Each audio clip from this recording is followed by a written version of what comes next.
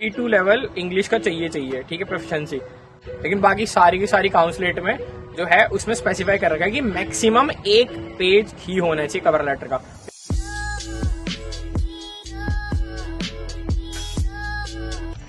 Hello everyone, hope you are very good. My name is Gautam and welcome back to my YouTube channel. और हम वापस से spark में आ गए हैं क्योंकि हमारे को कोई और जगह समझ में नहीं आती, तो ये चीज अच्छी है, ठीक है।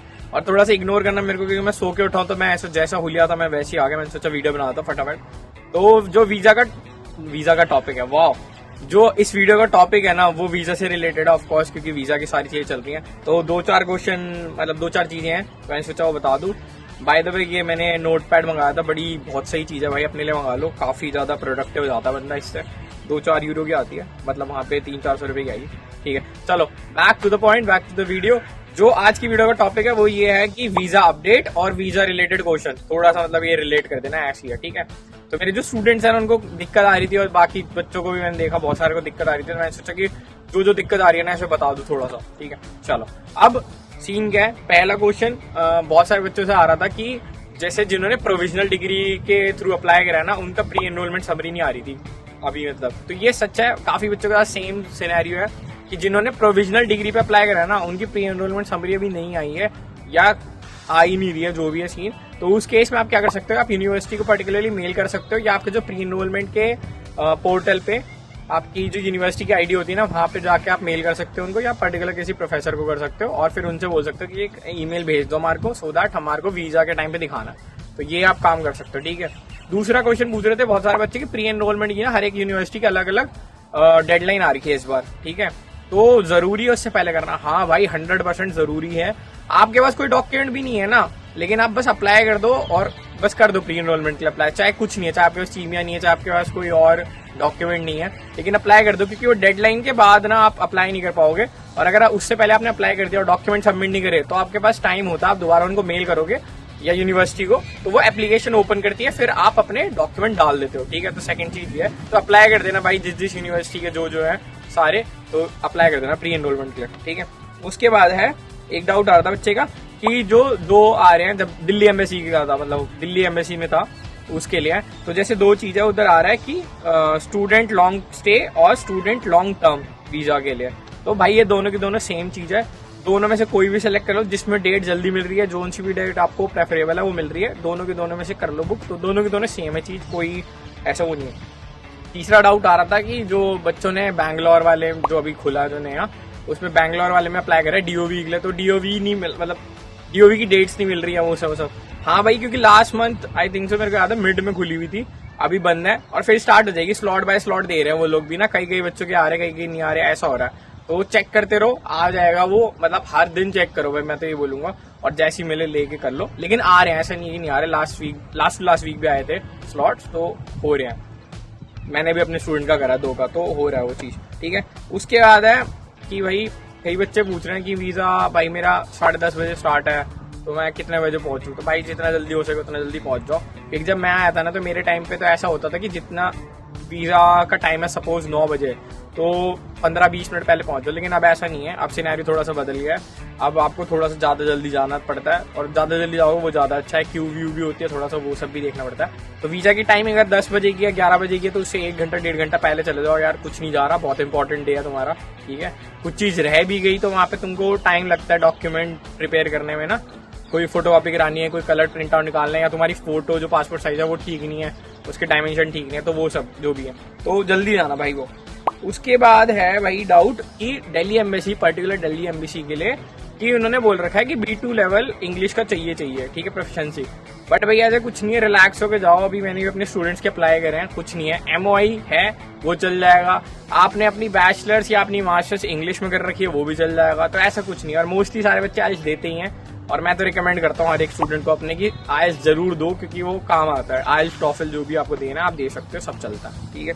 उसके बाद है भाई कि क्वेश्चन आ रहे थे बच्चों के, ठीक है, लेकिन मैंने हाँ एक और चीज थी मेरे को जो अब आ रही है याद, वो ये है कि कवर लेटर। बहुत सारे ना बच्चे कंफ्यूज हो रहे थे, कई कह रहे थे कवर लेटर 1 पेज का ही होना चाहिए, कई कह रहे थे बहुत मतलब ज्यादा का भी हो सकता है। तो भाई सिर्फ और सिर्फ दिल्ली एम्बेसी है उसके अंदर ऐसा है कि आप एक पेज से ज्यादा कवर लेटर बना सकते हो, मतलब उसमें कोई स्पेसिफाई नहीं कर रखा। जो वीजा की एप्लीकेशन मतलब आ रखा है ना, चेकलिस्ट आ रही है वीजा की, उसमें कुछ स्पेसिफाई नहीं कर रखा कि एक पेज है, एक पेज से ज्यादा होना चाहिए। लेकिन बाकी सारी की सारी काउंसलेट में जो है उसमें स्पेसिफाई कर रखा है कि मैक्सिमम एक पेज ही होना चाहिए कवर लेटर का। तो ये चीज ध्यान देना। दिल्ली के केस में मेंशन नहीं है तो आप कर सकते हो, ज्यादा बना सकते हो, पर मैं रिकमेंड करूंगा 1 से 1.5 पेज उससे ऊपर मत करो, क्योंकि 10-15 मिनट मतलब 5 मिनट ही होते हैं उस बंदे के पास पढ़ने के लिए ना, इंटरव्यूअर के पास।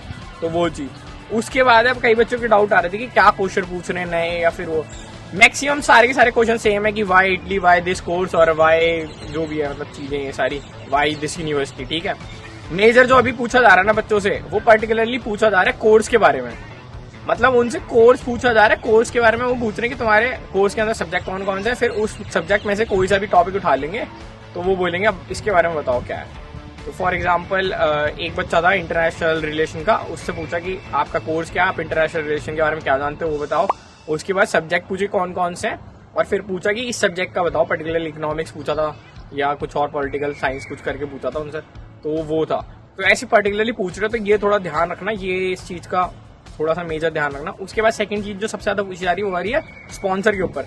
स्पॉन्सर के बारे में हर एक चीज पूछी जा रही है डिटेल में कि भाई स्पॉन्सर कौन कर रहा है, उसके फंड कहाँ से आए, कितने फंड है, मतलब बहुत ज्यादा फंड भी पूछ रहे हैं। मतलब सपोज आपके फादर साहब जो है वो फंड दिखा रहे हैं 13,14,000 समथिंग 500, तो आपको अमाउंट पता होना चाहिए, और पता होना चाहिए कि कैसे आ रहे हैं उनके पास। तो ये चीज है कि एग्जैक्ट अमाउंट भी पूछ रहे हैं कई के बच्चों से, वो चीज ITR कितने साल की है, ठीक है, वो पूछ रहे हैं, ये सारी चीजें। तो ये थोड़ा सा ध्यान रखना कि एक तो एजुकेशनल बैकग्राउंड के बारे में भी पूछा जा रहा है बहुत ज्यादा, जैसे प्रोजेक्ट के बारे में, जो आपकी यूनिवर्सिटी में आप कोर्स पढ़ने जा रहे हो उसके बारे में पूछा जा रहा है, और जो आपको स्पॉन्सर कर रहा है उसके सारी चीजें डिटेल पूछी जा रही है। तो आपको पता होना चाहिए कि क्या क्या है। उसके अलावा तीसरी चीज है जो अभी मुंबई काउंसलेट में पूछी थी एक स्टूडेंट से, उसमें ये था कि भाई आप वो पूछ रहे थे कि आपने प्रोसेस कैसे करी मतलब पूरी प्रोसेस कैसे कैसे करी, मेरे को बताओ कि क्या आपने देखा मतलब अब तक करी। तो उसको पता होना चाहिए, मतलब आपको ये पता होना चाहिए। उसके अलावा भाई एक और चीज है कि भाई कई सारे बच्चों को डाउट आता है कि कोलकाता में वीजा कैसे, मतलब वीजा इंटरव्यू हो रहा है कैसे हो रहा है। तो भाई ये सच है कि सारी एम्बेसी काउंसलेट में आपका इंटरव्यू हो रहा है नॉर्मल, लेकिन जो कोलकाता है ना उसके अंदर आपको व्हाट्सएप कॉल करी जा रही है, व्हाट्सएप वीडियो कॉल। तो भाई हर टाइम प्रिपेयर रहो, ठीक है, और अच्छे से मतलब सूट वूट तो नहीं, मतलब जो भी थोड़े फॉर्मल पहन सकते हो वो पहन के रहो, और बेटर है ऐसे ही दो, सही है, रिलैक्स होकर देना सारी चीजें। और कोई भी डाउट हो ना, अगर आप लोगों को कुछ भी डाउट हो तो आप यहाँ पे इंस्टा में डाल दूंगा, इंस्टा की आईडी या तो यहाँ डाल दूंगा, यहाँ डाल दूंगा। इंस्टा की आईडी पे कनेक्ट हो जाओ, वहां पे DM करो मेरे को, मैं रिप्लाई कर ही देता हूँ, ठीक है।